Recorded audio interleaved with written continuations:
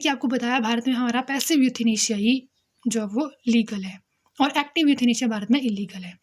Passive euthanasia का मतलब होता है जो व्यक्ति है उसके जो लाइफ सपोर्ट सिस्टम यानी कि जो वेंटिलेटर को आप पूरी तरह से हटा देना, ठीक है?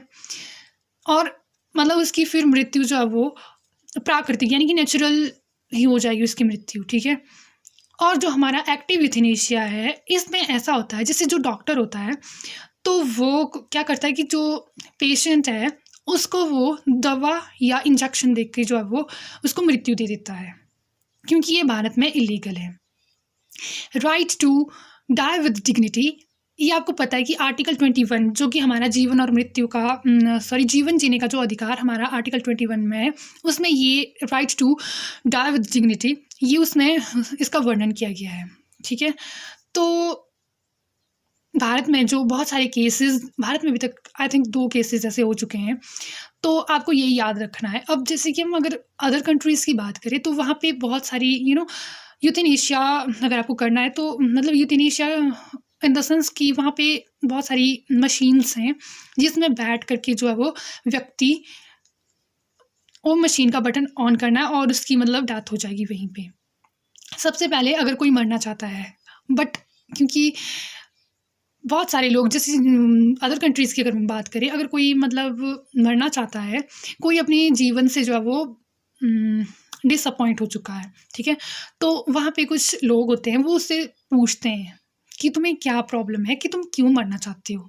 वो इसको एकदम से कन्विंस करते हैं कि तुम्हें मरना नहीं है, लेकिन उसके बावजूद भी अगर वो मरना चाहता है, तो उसे उस मशीन में जो है वो बिठा दिया जाता है और जो वहाँ के लोग होते हैं, जो वहाँ का स्टाफ होता है, वो उस मशीन को ऑन करता है और उस व्यक्ति की मौत हो जाती है, ठीक है?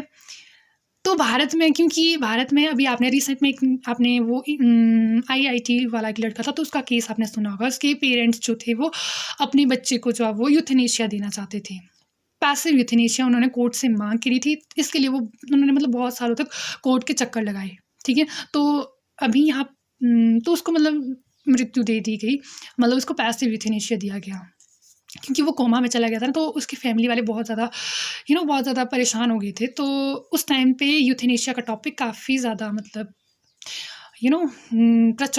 प्रचलन में आ गया था। तो बस यही है हमारा यूथेनेशिया। आई होप आपको समझ आ गया होगा कि यूथेनेशिया क्या है।